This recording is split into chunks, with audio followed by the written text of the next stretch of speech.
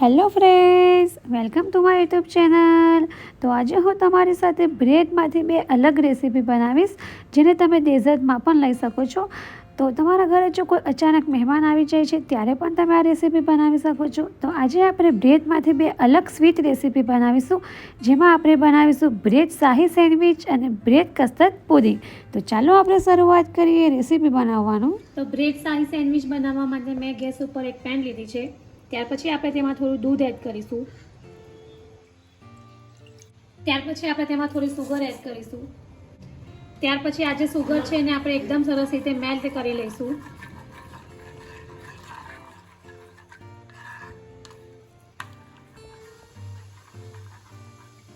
ત્યાર પછી હવે આપણે મિલ્ક પાવડર એડ કરીશું.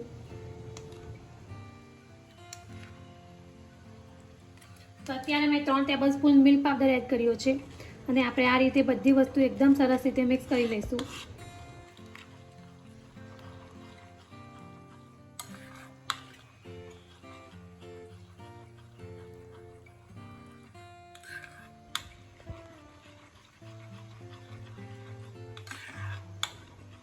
તો લગભગ 2 મિનિટ જેવું થઈ ગયું છે અને આપણું જે મિશ્રણ છે તે આપણે આ ટાઈપનું થોડું ઘટ્ટ બનાવવાનું છે.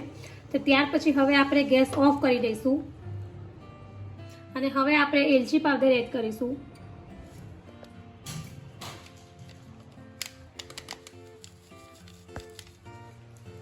અને આ રીતે મિક્સ કરી લઈશું. તો અત્યારે આપણે બ્રેડ શાહી સેન્ડવિચ બનાવી રહ્યા છીએ. તો એના માટે આપણે આ જે ગુલાબની પાંદડી છે એ એડ કરીશું, જેને મેં તડકામાં સૂકવી દીધી હતી. તો આપણે એ એડ કરીશું. ત્યાર પછી અહીંયા મિક્સ ડ્રાયફ્રૂટ છે, જેમાં બદામ છે, કાજુ છે અને પિસ્તા છે, જેને આ રીતે મેં અધ કચરા ક્રશ કરી લીધા છે, તે આપણે એડ કરીશું. અને હવે આપણે આ બધી વસ્તુને એકદમ સરસ રીતે મિક્સ કરી લઈશું.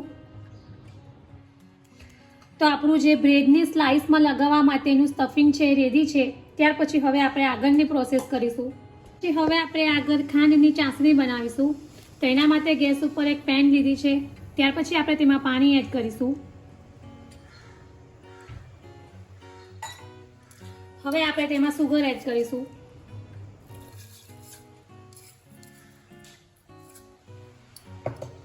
અને હવે આપણે એક તારની ચાસણી બનાવી લઈશું. તો ગેસની ફ્લેમ મીડિયમ જ રાખવાની છે અને હવે આપણે એક તારની ચાસણી થાય ત્યાં સુધી આ જ રીતે એને હલાવતા રહીશું.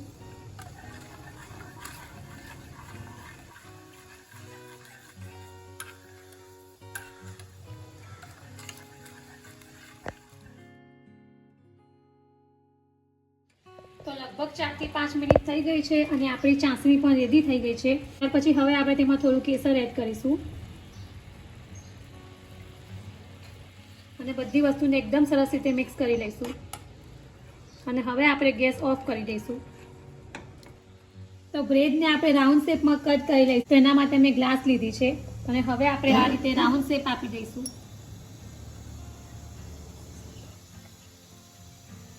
તો આ રીતે આપણી બ્રેડ રાઉન્ડ શેપમાં કટ થઈને રેડી છે. ત્યાર પછી હવે આપણે બીજી બધી બ્રેડને પણ આ જ રીતે કટ કરી લઈશું. તો આ રીતે આપણે બધી જ બ્રેડને રાઉન્ડ શેપમાં કટ કરી લીધી છે. ત્યાર પછી હવે અહીંયા મેં ગેસ ઉપર ઓઇલ ગરમ કરવા મૂકી દીધું હતું અને હવે આપણે આ જે ગોળ શેપમાં બ્રેડને કટ કરી છે એને આપણે ફ્રાય કરી લઈશું. તો ગોલ્ડન બ્રાઉન રંગની થાય ત્યાં સુધી આપણે એને ફ્રાય કરી લઈશું.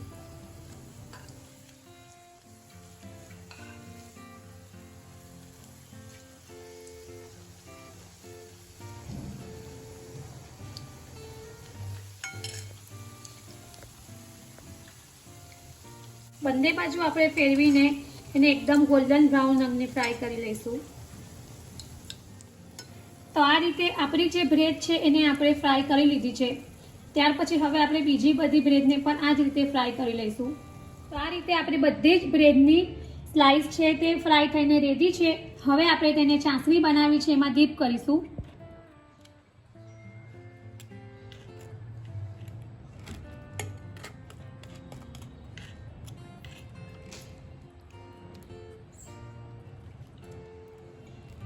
ત્યાર પછી હવે આપણે બીજી સ્લાઇસને પણ આ જ રીતે ડીપ કરી લઈશું.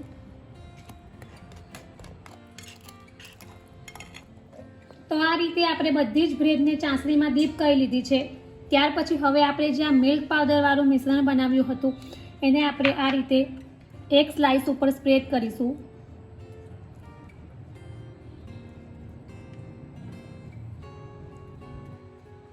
અને હવે આપણે ઉપરથી થોડી ગુલાબની પાંદડી એડ કરીશું.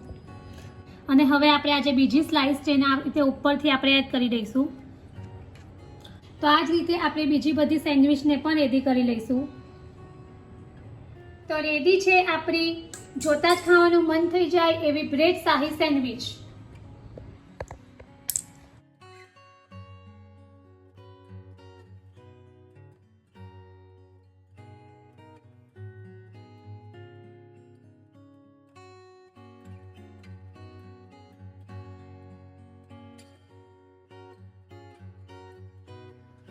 ત્યાર પછી હવે આપણે બીજી રેસીપી બનાવીશું બ્રેડ કસ્ટર્ડ પુડિંગ.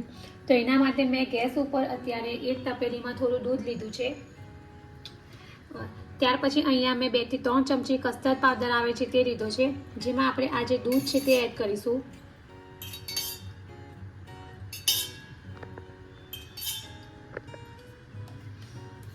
અને આ રીતે એકદમ સરસ રીતે મિક્સ કરી દઈશું.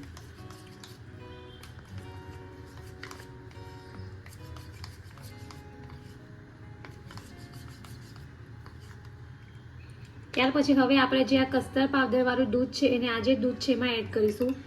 અને હવે આપણે એને કુકરો આવે ત્યાં સુધી ઉકળવા દઈશું. પછી હવે આપણે થોડી સુગર એડ કરીશું.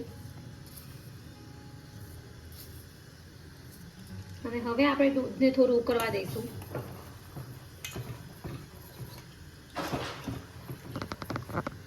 તો તમે જોઈ શકો છો કે દૂધમાં એક ઉભરો આવી ગયો છે.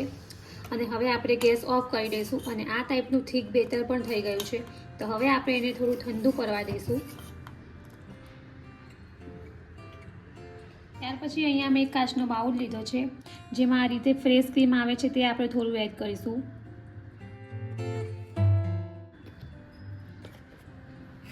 ત્યાર પછી અહીંયા મેં કન્ડેન્સ મિલ્ક લીધું છે તે આપણે એડ કરીશું. અને આ બધી વસ્તુને એકદમ સરસ રીતે મિક્સ કરી લઈશું.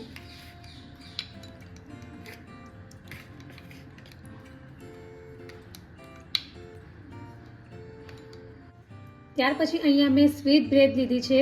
આ ટાઈપની તૂટી ફૂટીવાળી જે રેડીમેડ આવે છે તે લીધી છે. તમે આની જગ્યા પર પ્લેન બ્રેડ પણ લઈ શકો છો, જેની આપણે કિનારી આ રીતે કટ કરી લઈશું. તો આ રીતે આપણે બધી જ બ્રેડની કિનારી કાઢી લીધી છે. ત્યાર પછી હવે અહીંયા આપણે એક કાચનો બાઉલ લઈશું. આ જે બ્રેડની કિનારી કાઢી લીધી છે એ બ્રેડ આપણે લઈશું અને આ રીતે આપણે બાઉલમાં મૂકી દઈશું.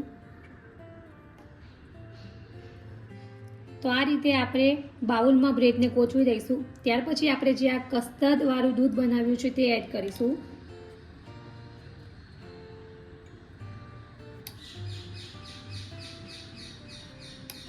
ત્યાર પછી આ રીતે કાજુ બદામને મેં અર્ધ કચરા ક્રશ કરી લીધા છે આપણે એડ કરીશું.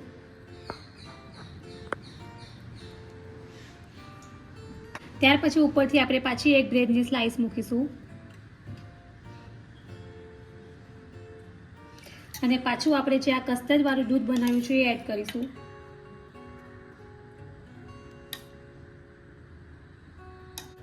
ત્યાર પછી ઉપરથી આપણે જે આ ક્રીમવાળું બનાવ્યું હતું એ એડ કરીશું.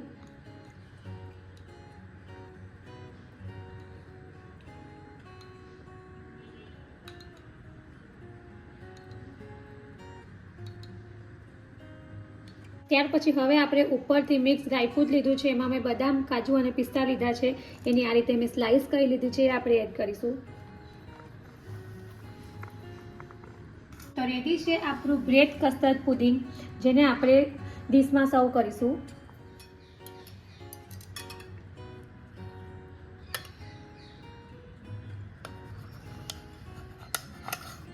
તો રેડી છે આપણું બ્રેડ કસ્ટર્ડ પુડિંગ.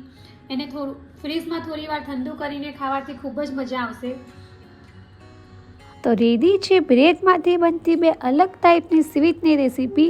તો ફ્રેન્ડ્સ, જો તમને પણ કંઈક મીઠું ખાવાનું મન થાય તો તમે એકવાર આ બ્રેડની રેસીપી જરૂરથી ટ્રાય કરજો અને કમેન્ટ બોક્સમાં મને જણાવજો કે તમને મારી આ રેસીપી કેવી લાગી છે.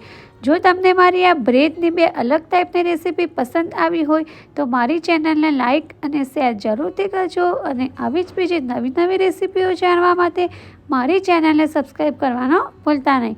તો ફરી પાછા આવા જ નવા વિડીયો સાથે મળીશું. ત્યાં સુધી bye bye and thank you for watching my video.